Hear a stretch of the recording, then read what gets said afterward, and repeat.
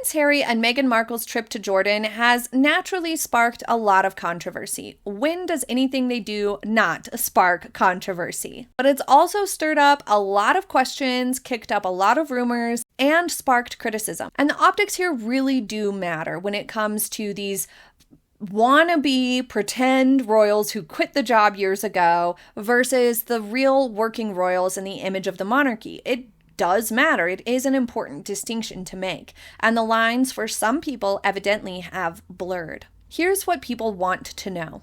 Did King Charles approve this trip? And if he didn't, why didn't he step in and put a stop to it? Did the British ambassador legitimize the Sussexes with his welcome and thanks? And what really happened at that Iftar reception at the ambassador's residence? Was it a misunderstanding or a diplomatic misstep? The facts and the optics of this trip are incredibly revealing for Harry and Meghan and their status. Far more than the media has been reporting. So let's get to the bottom of this today. Hi everybody, I'm Beebs Kelly. Welcome back to another video. Please do excuse me today.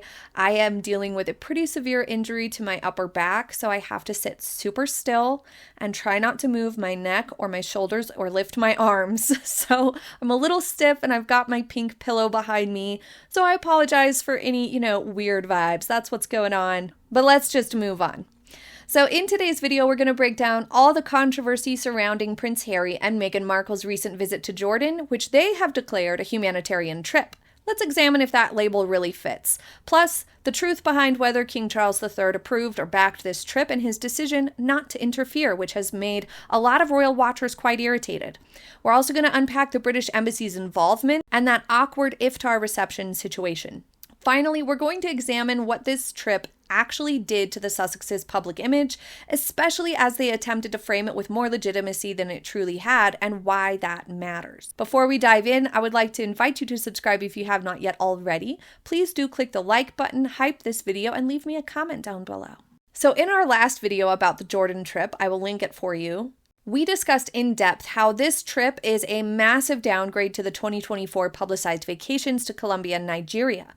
The Sussexes' delusional concept that they could pretend to be on a royal tour and somehow springboard that into profits or something. I don't really know what they thought. It's like they're so out of touch that they thought people would pour money into them or Archewell, or that they would be invited to come to places for free or something like that after Colombia Nigeria. It's I don't really understand what their thought process was. I can't really fathom what their end game was, but it's clear now that they saw those as investments in stimulating future opportunities for themselves, and it failed flat on its face, and it took Archewell down with it. But anyway, that's not the point. The point is that this trip took away almost all of Harry and Meghan's agency. They were guests of the WHO, and thereby they had to follow their agenda and itinerary. They had very little freedom to suck a microphone or to do interviews or pull self-centered shenanigans. But although it was very, very different format to their previous attempts at similar things, there's a definite downgrade to be there, the same as literally any run-of-the-mill celebrity or athlete working as a WHO ambassador rather than humanitarians in their own right as part of an independent situation of Harry and Meghan and Archewell. The media has largely ignored this difference, but it is an incredibly significant difference and distinction to make between what they were trying to do before and what this Jordan trip actually was. But it was a very important difference, and a lot of people felt frustrated at what commenters and media were calling another attempt at a faux royal tour. Although that was a mischaracterization, it definitely sent a lot of royal watchers into a tizzy, and some people got the impression that there was a level of legitimacy to this trip, which led to rumors that King Charles III approved or even backed this trip. The outcry that followed criticized King Charles for not putting a stop to the trip. So let's sort this out, shall we? The facts show that there were no official palace statements or anything of that nature to confirm approval of the trip. There was no evidence of a royal endorsement whatsoever. The ambassador thing we're going to get to next, but he does not directly represent the king. So that alone does not count as evidence of like legitimizing the trip or approval from the palace. And there is a huge difference between what a trip that is like approved by the royal family would look like versus private travel, which is what the Sussexes had. There's also no evidence that WHO incurred the expenses for the Sussexes' travel. While they did invite them, they were invited in the capacity of private donors, which is standard practice to see how your donations materialized into aid. And I also think that it is illogical to think that King Charles would have approved it. He seems pretty keen on protecting the monarchy and working with William for the future of the monarchy. But here's the more interesting question. Even if King Charles did not approve it, should he have stopped it? And I can really understand people who think he should have stopped it. But the real question here isn't whether or not he approved it. He didn't. It's whether he allowed it to happen and was passive in the situation. Here's the thing. If King Charles had stepped in and stopped the Sussexes from doing this little trip, just as their previous publicized vacations in 2024, had he stepped in, King Charles would have in turn legitimized the Sussexes. It would not have put the Sussexes in their place or shown the Sussexes the business, nothing like that. It actually would have given the Sussexes credibility and elevated their brand and their name and their humanitarian status. Intervening would have elevated the Sussexes as a legitimate rival unit to the royal family, which they are not. And this is a critical point. Any attention to their activities from the palace validates the alternative royal concept that the Sussexes want. They are probably hoping that the palace stops them from doing these types of trips or events so that they can say, see, the monarchy is afraid. They view us as a threat. They don't want to let us do any activities independently. So they're interfering or they're trying to put a stop to us traveling places and doing things. See how important we are. Silence instead actually reinforces the hierarchy here. The Sussexes are not on the same level as the royal family, and therefore not a concern to the royal family. As individual private citizens, they can do whatever they want. Engagement with the Sussexes and their trips would actually create competition optics in the media. It would also place the Sussexes in the same headlines as the monarchy. What the palace wants and what they should be doing, what they are doing, is creating a clear and obvious distinction. Ignoring it reinforces Harry and Meghan's lower private status. By not stopping the Sussexes, King Charles and the monarchy delegitimizes the Sussexes and puts them firmly in that private citizen category. It positions them as private, not alternate royals, and it reinforces that every time they ignore the Sussexes' activities.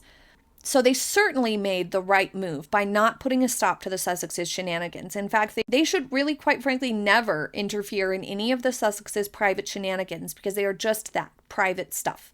Now, clarifying that, oh, this is not connected to the monarchy at all, this has nothing to do with us, that is fine, but that is a single statement and it categorizes the press appropriately as this is absolutely independent and private and has absolutely nothing to do with the monarchy, is completely separate.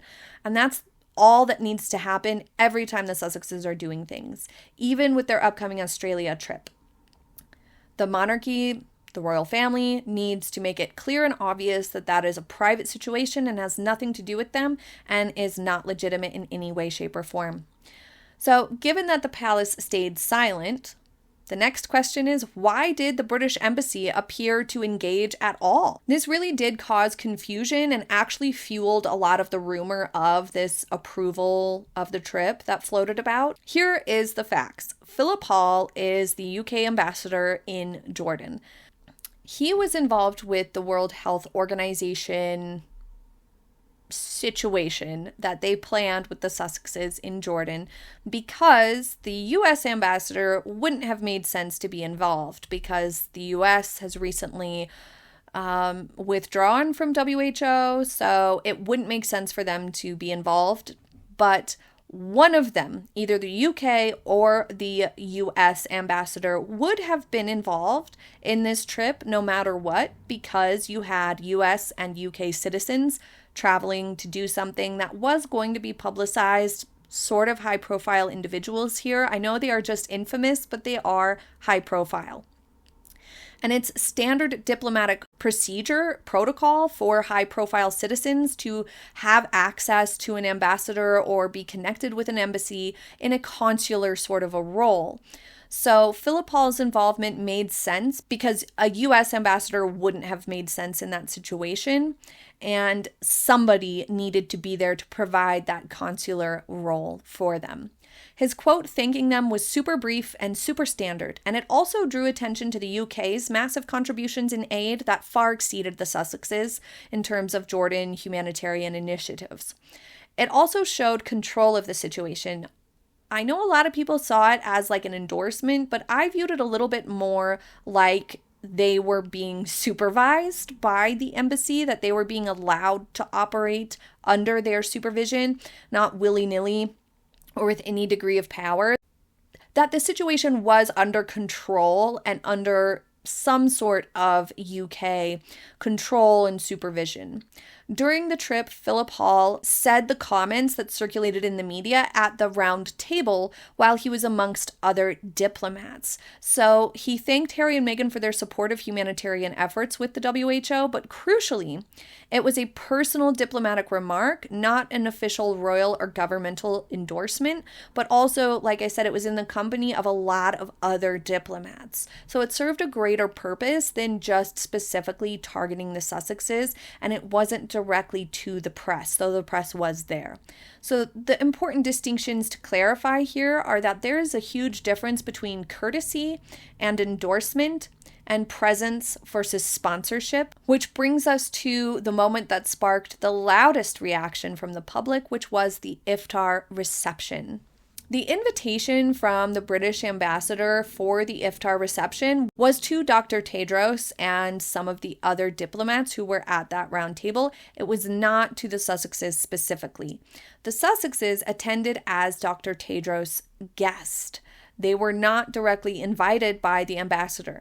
But because they were guests and operating under the WHO's program, the UK government, or any government for that matter, was involved in that situation and were informed of the trip because high-profile travel is something that countries want to know about, but was not arranged by the UK government at all. And this reception itself was not a royal diplomatic reception or anything of that nature. It was a multilateral humanitarian setting with the goal of discussing a funding gap for the WHO. And here's where the optics start to get even more complicated. The Sussexes very much tried to legitimize their trip and tried to manipulate the media narratives as much as they could to elevate their presence. It didn't really work because they weren't in control of the press, but they definitely tried. And they tried to spin and leak every little thing as if they were being included in this group of diplomats when they really weren't. They just happened to have Dr. Tedros being very gracious and bringing them along to every event. It really does lead to questions, though, about celebrity involvement in diplomatic settings. And this is something that has a little bit of controversy depending on which side of the coin you look at it. If you're looking at it just from a press and publicity side, then you can justify celebrity involvement very easily. If you're looking at it just from the more academic and diplomatic side, then it becomes frustrating very quickly from that side to have celebrities, especially polarizing ones like Harry and Meghan, involved in these settings. And the confusing optics that it sends can do some degree of damage to all involved. For Harry and Meghan, this was simply an attempt at humanitarian work or an effort to repackage themselves with institutional credibility.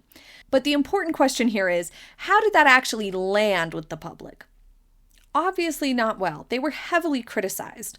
But when it comes to the WHO or other similar organizations, they're actually putting themselves in a little bit of a tricky situation and have some degree of risk by allowing somebody like Harry and Meghan with no diplomatic status, no power, and no expertise to sit in on diplomatic roundtables like these just to gain media amplification. Because that was what WHO's goal was to get media amplification. The Sussexes, though, had their own motives of trying to elevate their status.